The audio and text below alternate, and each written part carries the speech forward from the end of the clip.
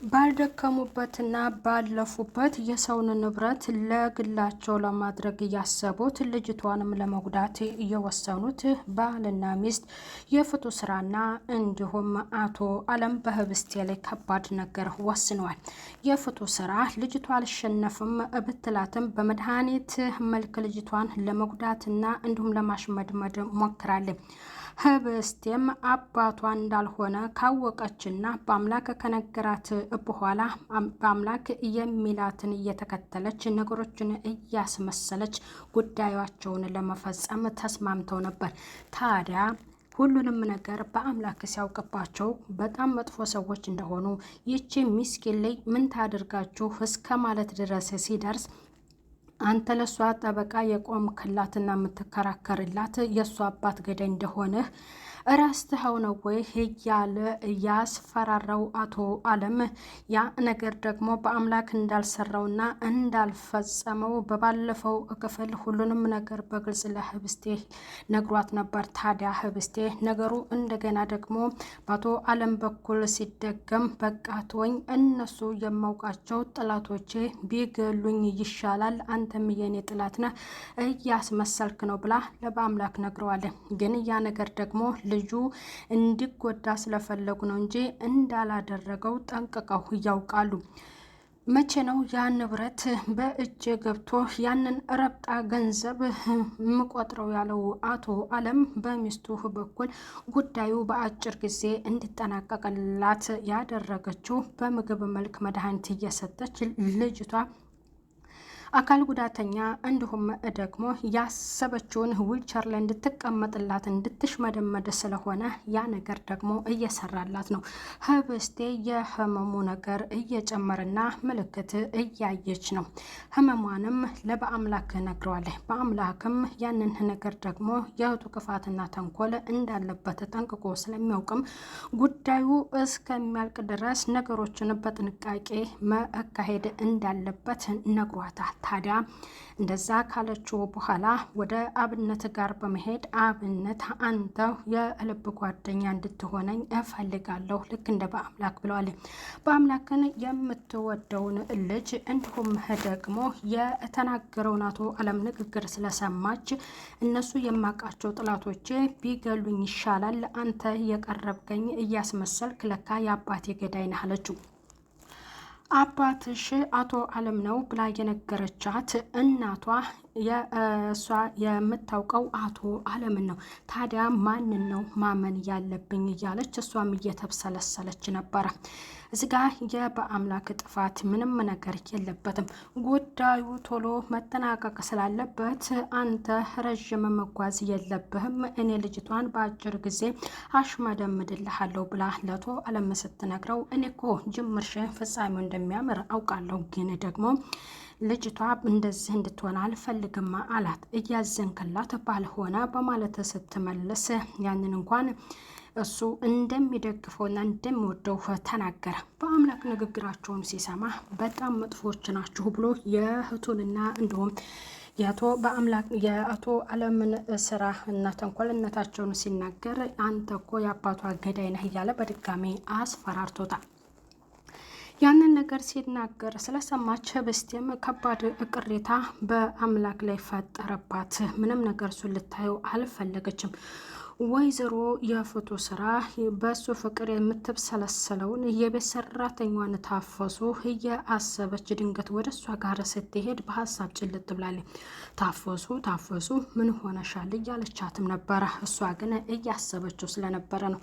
ስራሽን እንዳትዘነቂ፣ በዛው መልክ መድኃኒቱን ቀጤ፣ አንድ ነገር ይቋረጥና ይሳሳትና አታድርጊውና አንቺንም ወደ ሲኦል ነው የምሸኝሽ ብላ በታፈሱ ላይ ከባድ ዛቻ ዛተችባት።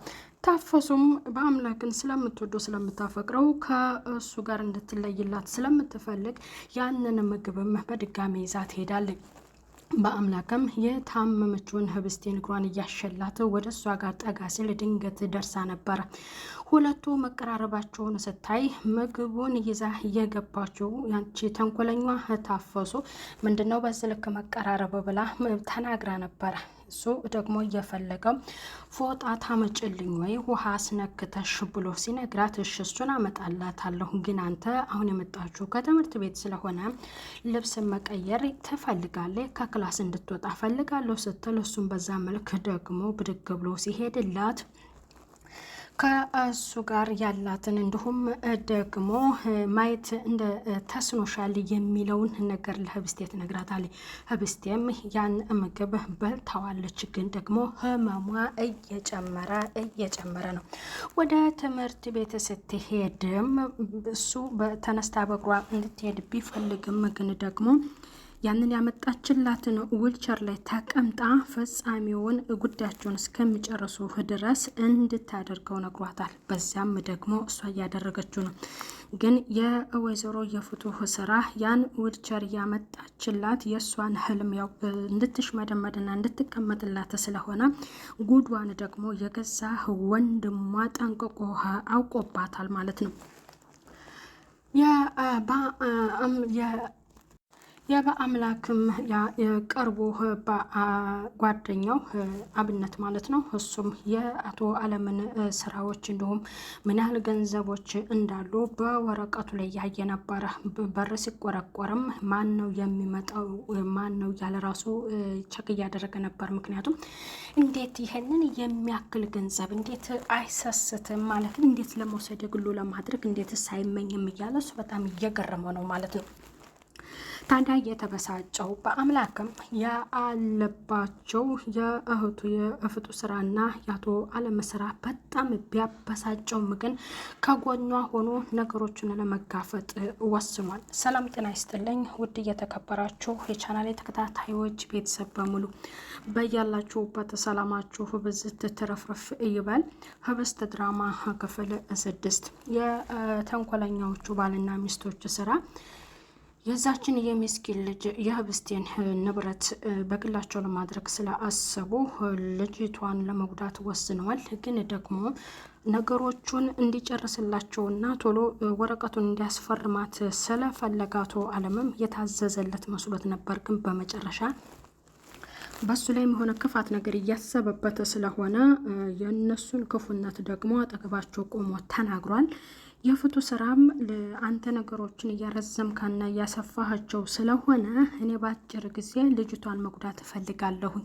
ይኸው የምትወደውን ዊልቸር ገዝቼላት መጥቻለሁኝ። እዛ ላይ እንድትቀመጥ ሞቷን ሳይሆን እንድትሽመደመድ ነው የምፈልገው አለች። በሰው ሀብት ላይ ምንም ሳይለፉ አንድ ቀን ሳይደክሙ ይህን ያህል ክፋትና ተንኮል አንድም እርምጃ አያራምድም ማለት ነው። ከዚህ ድራማ ላይ እንግዲህ እንደ ተማር ነው ዋናው እና ቁም ነገሩ ምንድን ነው?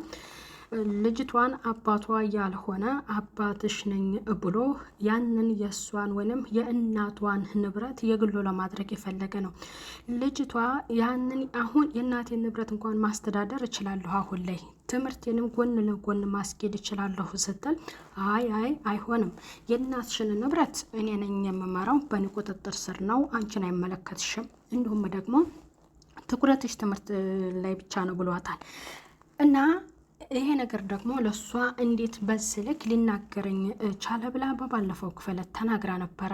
ትልቁ ጥፋት ያለው ሞተችው ወይንም እናቷ ጋር ነው። አባቷ ያልሆነውን ሰው ለምን አባትሽ ነው ብላ ልጅቷን ሲቃይ ውስጥ ከተተቻት። ምክንያቱም ከባድ ፈተና ውስጥ ያለች ልጅ ናት።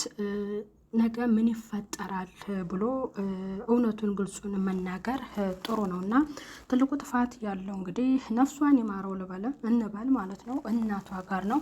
ነገሮችን እውነት እንዲይዙና መስመር እንዲይዙ ሁሉም ነገር ነፃ እንዲወጣ የፈለገው ደግሞ በአምላክ የሚወዳት የሚያፈቅራት ነገሮቹን ፊት ለፊት ተጋፍጦ እሱ አሸንፎ ልጅቷን ነፃ ለማውጣት ይፈልጋል ማለት ነው። ያንን ደግሞ ያደርገዋል። ወይዘሮ እመቤቱና አቶ አለም ደግሞ በመጨረሻ እነሱ የእጃቸውን አገኝተው ልጅቷን ተንበርክከው ይቅርታ ሊጠይቋት ይችላሉ። ምክንያቱም እውነቱ ሲወጣ እነሱ ተሸናፊ ይሆናሉ ነገ ማለት ነው። እና እውነቱ ሲወጣባቸው እንደዚህ በህልሙ ያለመው ያለውን የሰው ንብረት አቶ አለም እሱም የእጁን አግኝቶ ሊጸጸትና ሊቀጣበት ይችላል ማለት ነው። እንግዲህ በዛሬው ክፍል ደግሞ ቀጣዩ ክፍል ይለቀቃል። ምን ይፈጠር ይሆን? እውነቱ ያወጣባቸውና ሁሉም ደግሞ እሷም ህብስቴም ነጻ ትወጣለች። እንዲሁም የፍቱ ስራ ደግሞ በጣም እንደዛ የተጫወተችባት ልትምራት እንኳን ያልቻለችው እሷም ሴት ሆና በእሷ ላይ የጨከነችባት የእጇን ታገኝ ይሆናል እና ህብስት ድራማ በጣም ያስተምራል።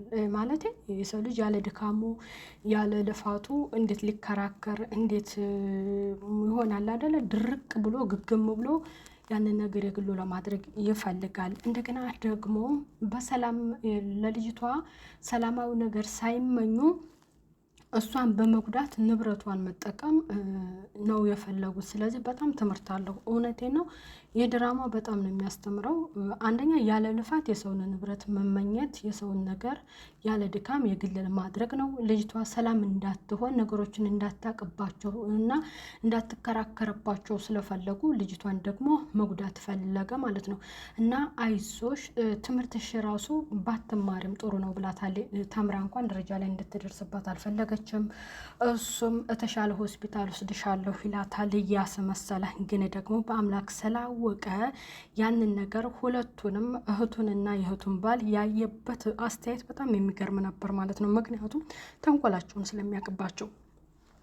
ስለዚህ የፍቱ ስራም እንደምትወድቅ አቶ አለምም እንደሚወድቅ ያችን የታዘዘችው የቤት ሰራተኛ ታፈሱ እሷም ደግሞ እንደምትጸጸት ባደረገችውና በታዘዘችው መጨረሻው እውነቱ ይወጣል ማለት ነው። ስለዚህ በዚህ ድራማ ላይ እናንተ የተሰማችሁን ሀሳብ አስተያየታችሁን በኮመንት እንድትገልጹ እላለሁ ቤተሰብ። ምክንያቱም የድራማ በጣም ስለሚያስተምር ነው። እውነቴን ነው።